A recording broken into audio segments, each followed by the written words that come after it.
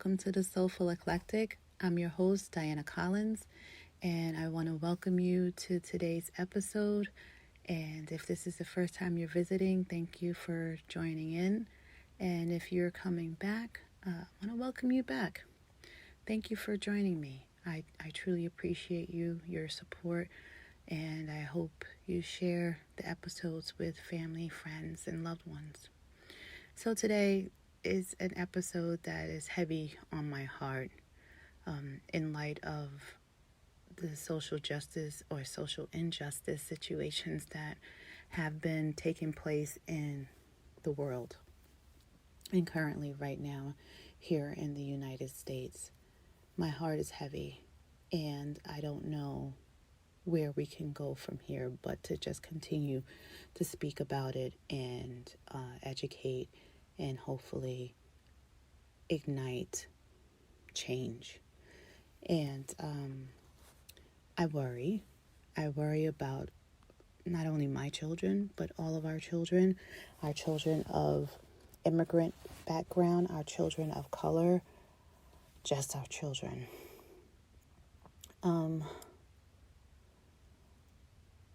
How do we continue to protect them? I think that's what it goes down to. How do we protect them, teach them to stand up for themselves, but maintain a level of safety while putting out the justice that is needed for us to survive? And it's needless. I mean, we're all here to do the same thing. Get up in the morning, take care of our families, go to work, come home, and live in a just society. And being of color, it always seems difficult for us. This came into my mind just now. My husband and I are working on our financial plan, right? We're sitting with our financial planner who is white, and he's talking about all these financial opportunities that have been out there in the past, and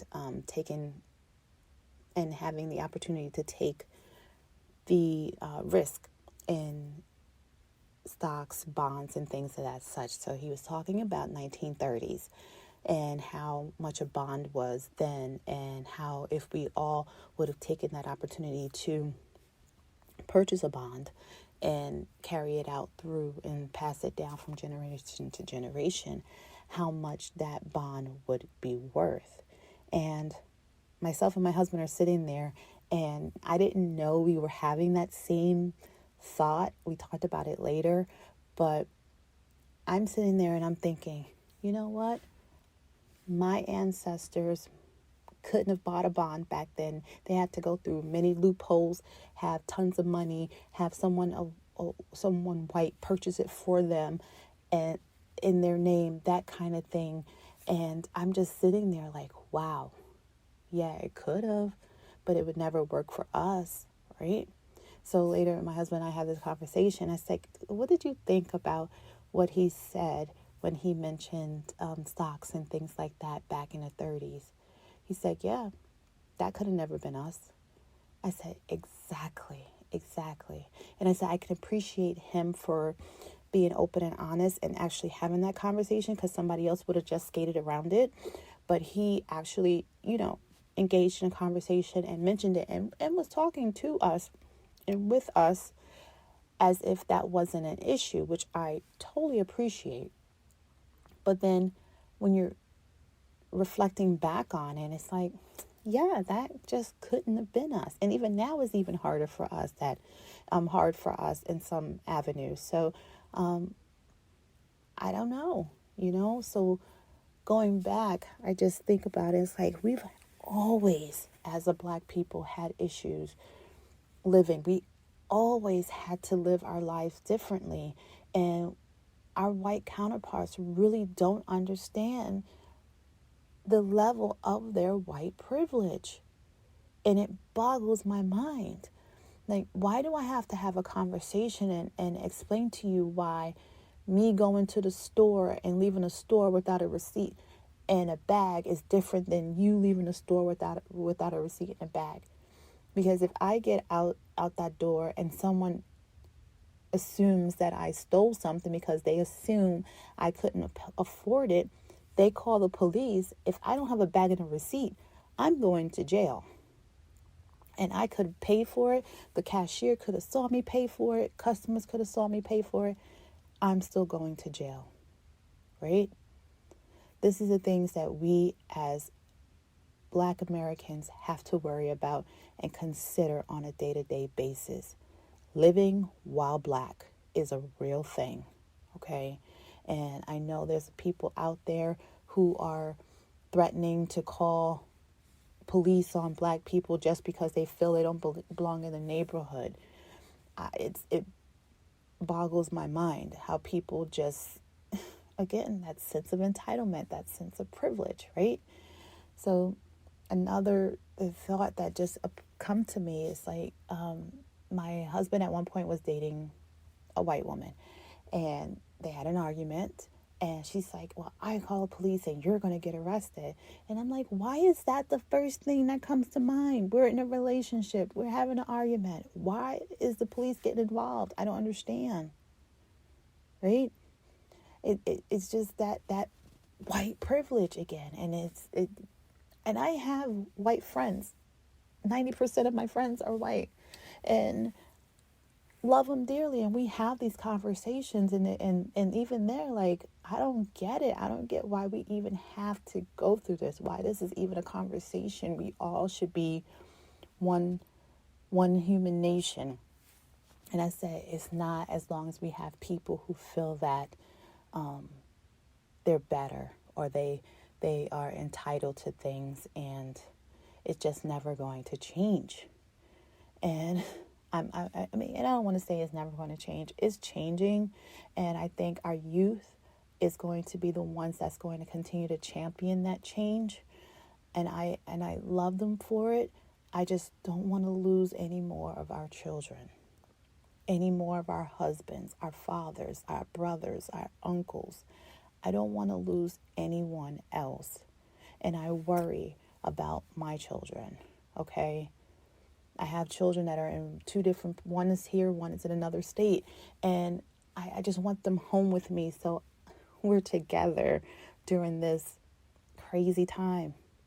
And it's not because I want to be a helicopter mom and watch where they're going 24/7. No, I want to know that in an emergency, when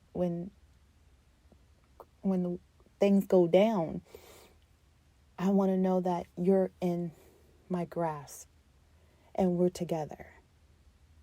And maybe that's selfish of me, because then they can't live their lives, but that's the way I feel. That's my anxiety on a day-to-day basis. My anxiety is when my husband goes out to walk the dog, that someone doesn't cross his path and say, oh, you bumped me and I'm going to call the police. Oh, do you live here in this neighborhood? Let me call the police and find out. You know, I can't run in my development or around my development without making sure I have my phone, my ID, and all these things with me when I run. That shouldn't be. We should be able to do what we need to do in our own neighborhoods. Yes, we have criminals, okay? We have criminals of all color. So does that mean that for every strange-looking white man that I think reminds me of Jeffrey Dahmer or Ted Bundy, I should call the police on? Because I don't know if they live in a neighborhood. He could be a pedophile. Then I will be in the wrong. But then again, it would be me, the one going to jail, right? Because I'm the black woman calling it in. I don't know. I just worry, And my daughter had an altercation with some woman who called her out of her name, was mistreating her. And she, called the woman out on it. And of course, she's the one in the wrong, right? And I think that just shouldn't be. No, she didn't go to jail or anything. No police were called or anything like that. But it's just, the mistreatment because of that entitlement, that mistreatment, that because you decide I don't belong, that, I'm in the wrong place, or you should call the authorities. And now it's to the point where we as a people don't want to call the authorities when we need to. Okay? Honestly, I wouldn't call a cop if someone robbed me. If someone robbed me right now, it's like, all right, you needed it. You can have it. Would I call the police? Hell to the no. Why? Who the hell do I know is going to show up at my door? And I shouldn't have to feel that way at all. But that's the way I feel. And that's what I see. That's what's projected. That's my perception. So how do we change that? And I don't like to feel that way because I have family members that are police officers. I was a veteran. I am a veteran. I was in the Army. My husband was in the Army. We both have, again, officers in our families on both ends. So, we hate to feel that way. I have a nephew that's in the academy. But that's the world we live in. We live in constant fear. They have us constantly living in fear of our lives, fear of not being protected. It's just no justice. And when there's no justice, there is not going to be peace. There isn't. And I just feel like the death of Breonna, the acquittal of the officers is just continued injustice, not just for Black Americans, but also for immigrants, for those of, I don't even want to say that those that are non-white. Let me put it that way. All right, non-white individuals. And it's just not going to be fair. It's not going to be fair for a very long time, because once we start getting footing, the extremists come out and we're back to square one. And I think that's part of the problem. We're out here peacefully demonstrating, and then we have some of the extremists pretending to be on our side, and they're, looting, rioting, and causing the injustice, and we as Black Americans are being blamed for it. And yes, we are doing some rioting as well, and it's not right, destroying a place where we live. But I understand people are hurt, people are tired, people are ready for change. We've been going through this for so long. And again, we didn't ask to be here. We were brought here to work a land that was not ours. We were brought here to work a land that was stolen from another group of people. And yet we're the ones that are constantly persecuted. We're the ones that are constantly on the chopping block. We're the ones who get treated less than as a citizen. And unless we are millionaires, that still doesn't save us sometimes either. Because if we are millionaires and your face is not well known, you can be stopped and pulled over and sent to prison, driving, walking, living while Black. How do we change this? How do we move forward? How do we teach our youth how to navigate in this new world that we live in? Because at one point we were teaching our kids the police are our safety net. If you ever get in trouble, you can call the police. You should call the police. Now, not so much. Now is when you see a cop car, stop, wait till they stop, go by. Hopefully they don't turn around or don't look suspicious. Don't make eye contact. Keep walking. Keep your head down. Keep your hands in sight. We shouldn't have to give these directions, and instructions when our brothers and sisters leave our sight. Where do we go from here? We need to vote. Yes, definitely vote our current legislation out, because they're doing more damage than any anyone we've ever had in office. And yes, no politician is going to be great. Everyone has their flaws, but honestly, none have done this level of damage. And I don't know how this can't be seen. And I'm driving around and I'm looking and I see all these, supporting flags for Trump and things like that. And it's like, guys, do you not see how he's hurting our nation? Do you not see how he's hurting our people? Man, it's like you just want to say, open your eyes, shake everyone. But you can't, right? You can't. So, the plan. Always have a plan, right? It's like, what do you say in nursing, right? ADPI, assess, diagnose, right? Plan. There's a plan. Intervene, and then evaluate it all over again, right? So you assess the situation, what we have going on, and it's not a pretty picture at all, right? To diagnose the problem, we all need to treat everyone like a human being. The problem is social injustice on many levels. And then, the plan is to keep bringing it into the limelight, keep actively advocating for social justice, and, just keep fighting what our ancestors have been fighting for since we got off the plantation, right? Keep fighting for the freedoms that people who've come from other countries come to this country for. And it's just keep fighting and encourage our children to stand up for what's right. All right? Stand up and be heard for what's right. I know a lot of the movements that we have out here now, Black Lives Matter, has been sold to companies, so there's people making money off of that.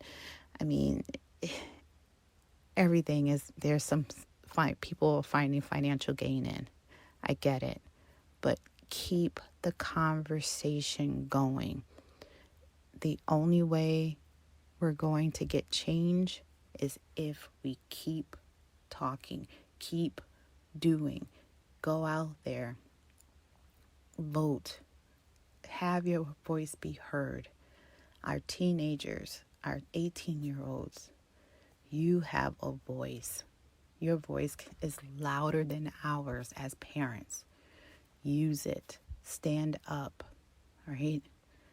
There are so many platforms now that can be used to get your voice out there, be seen. Use them, and use them for what's right. So thank you. I don't want to continue to beat this one because my heart is really sad, and I'm literally in tears right now just thinking about all the pain and suffering and worry about my children and my nieces and nephews. And so on that note, just start thinking about what you as a human can do to help heal and help support what's going on in social justice right now, so that we can start to really be of one accord with each other. So with that, I'm going to talk to you guys on another day. So thank you for being here. Thank you for joining me. And please share your thoughts. You can email me dc@thesoulfuleclectic.com. You can reach me on my Facebook page, Soulful Eclectic with DC. And you can reach me on Instagram, _Soulful Eclectic.